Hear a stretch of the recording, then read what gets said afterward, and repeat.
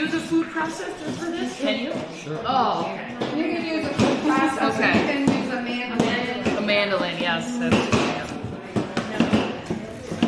yes. I got myself a little off. It's a Cat. it's sheet like a wet cheese grater kind of, and then you just use it to slice. Yes. Slice. Back and forth, back and forth, back and forth. You can make Lots of things. Yeah, it doesn't seem to be. This is harder. Coming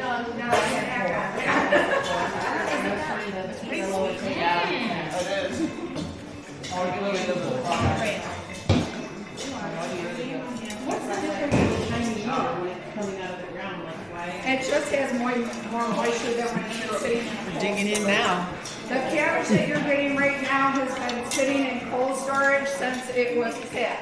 So that moisture evaporates. So that's why it's a little bit harder to get a real brine. You gotta work at it more. I make extra brine up actually. You feel it gets juicier as the more you're doing it. Yeah. And then what we're gonna do is we're gonna take a break and drink wine. we're gonna have another, yes, finish up your mead because we're gonna have another mead presentation. And this is we're gonna let this sit for a while and continue to break down. But it tastes like a strawberry cream cake. Ooh, yes, it does. Wait, what? It's like a strawberry. It's really good. Which one is this? This is Freya's passion.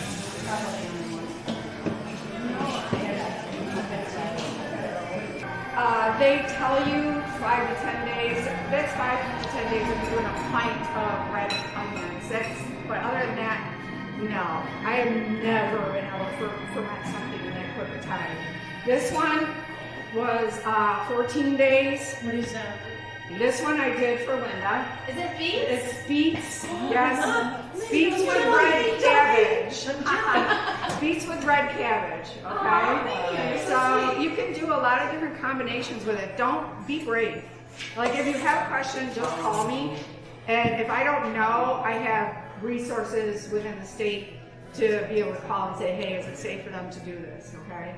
But any root vegetables, and that's why this was so popular, especially in Ireland. Ireland is big on root vegetables. That's why, corned beef and cabbage really wasn't their thing, because what they would naturally do is they would roast root vegetables for that dinner. They wouldn't throw it in with their beef. So, and then they would have their cold cannon, so they wouldn't have potatoes in it. So the whole Americanization of that meal totally changed the game. But yeah, this is your sweetheart. Okay, so what you're going to see here, this is a lock, and I use this especially with like doing kombucha, any kind of brewing. I use this airlock. Okay, inside here I have glass weights for mine. They're really worth the investment. If you ever get your thing too high and you want to do it this way, if it's got this. I had some flat ones, but it really was kind of a pain in the ass to get out. So I got these. It's a glass weight. And what that does is it keeps your sauerkraut under the brine the whole time it's fermenting. If you don't do that, you can get mold. So, and that's why you have to check it. You should check it weekly and see how it's doing. Is it still bubbling? The one reason I wrap it, as you can see, when it's really fermenting and really going to town, it'll overflow. And that's the second reason I learned to use the towels, for the overflow. And then what do you bring it to? A boil, throw it in there, and then as soon as it, dissipates into the water, shut it off and let it cool. You don't want it hot when you pour it over your food, okay? So you're gonna take this and you're gonna start, use your hand, or you can get these fancy things like this. Okay, I do it a lot, so I make a lot of sauerkraut. So I don't know what that says about me, but I like it for pierogies. So it's not just a one meal thing for me. So we're doing what Joe's doing? Yeah, you're gonna put it in, and you have to pack it tightly. So you need to push it down. Push it down to this. I have one of these, and I use this.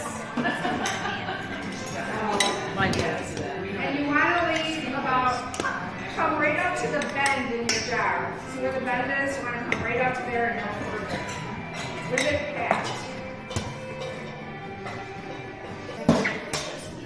We could actually clean this out. Anybody need more cabbage? No. Yeah. Yes, over here. Pull up on cabbage, Joe. Most of mine's on the floor. Do you need more cabbage in yours? Oh, thank you. Linda needs more cabbage in hers. You do? Yep. It's better to be less than 2 months. Oh, so it's good right there? I think she said 10. No, you can put more in there. Mine's like, So you just want to see it like right Yep. at the top. Yeah, you want to make sure. Get it right underneath the brine there. And we don't need to push down anymore. but it doesn't matter. No, it's pushed it out. Nobody's looking at you. No, I mean, it's like cut differently. Is that going to be a problem? No. It's coming over. That on Amazon come over too, I think. Yeah. What's it called? It's an airlock. So these don't have to, when these are, because right now these would be ready to go in the fridge. So, and if I put this in So there, we just Not a full piece. put in airlock, Do you then mind if I touch it? you get this then part, it gets refrigerated. you get all 3 of those pieces. Yes. And Do you know what I mean? Yes. Like, Yeah, I can email you Yeah, the that'd be links great. to the airlocks and these tops and everything. What are the tops called? They're just and I airlock, cut the super hard mason part out, jar 'cause this part tops. was hard to fold. is that I chopped that off of mine. a nut like good? And she went The like liquid on that. top of it? No, push it down more. Joe, what are these called? Actually, add some more cabbage on top. To get, you don't have enough cabbage, push it down. The other thing is you can use, those are pickle pipes. So you can send them by email if you don't mind. You asked. Stop giggling. Okay, so now I'll try to get it. The other thing you can do is you can fill this with water, and you can use this as a weight and put it underneath there. I like the cabbage because then if I had to add more brine, if it absorbs too quickly, because I had to add to these because this is such a big jar, it took way longer to Ah, so like this when I'm ready. right. Yep, and shove it in there. Upside down. Oh, upside down. Oh, Yeah. Got it? okay. And then it goes in the opposite as what I would think. Oh. Yeah. Do you have a leaf? It's on finger tight, you don't have to crank on them, okay? It's finger I tight. crank on it. Let's back it up. So we don't crack it. Glass. If it's too tight, you do want to do what Joe's doing, let some of the air bubbles out. But most of you have it pretty nice. This is what,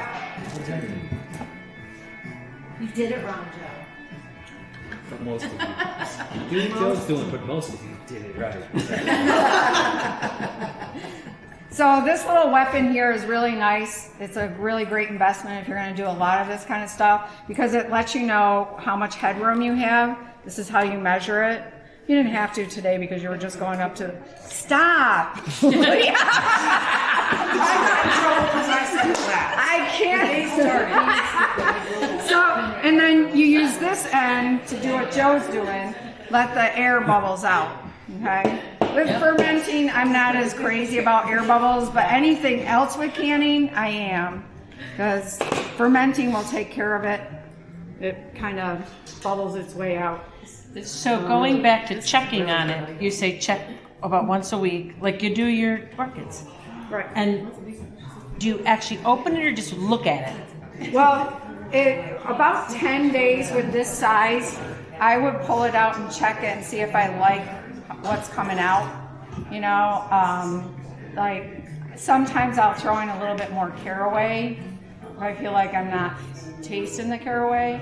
I mean, that is all up to taste. We don't have caraway and it's just the salt. No, just the salt because I wasn't really sure who would like what. So, but things you can add to it, like I said, is dillweed, caraway. There's a lot of really interesting things you can play with. You can use almost any spice. So when we're checking on it, Some again, people put a little bit of red pepper flakes in there for a little bit of a pop of spice. Yeah. So when I'm checking it, I just want to make sure that the brine is to Yes, the top? that's what you're checking basically, is that your brine doesn't evaporate. Because that can happen on you, depending on, you want to keep this in a place where it's between about 65 degrees, you know, that's where you want to keep it. Does it have to be cool? I would let it cool a little bit longer. So,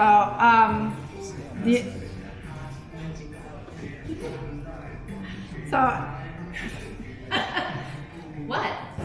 yeah, I know, I'm trying to remember what. So 60, between 60 and 65 degrees, you want to keep it in your room. That's another reason, like I said, I use the towel, so that if somebody, like where I keep mine, the pantry in our house is by a back door. So if somebody comes in that back door, I don't want a cold breeze to come in and change what I'm doing. Also, when you're fermenting, a thing to keep in mind, if you have multiple fermented foods together, you need to space them apart, because they all have their own little microbiomes going, and you don't want them to share. So I keep it like, I will keep these two kind of similar together. This one I had farther away. And when you're doing like kombuchas, things like that, those definitely have to be spread out. Anything that you're fermenting drink-wise, it needs to be spaced apart. That's what I found.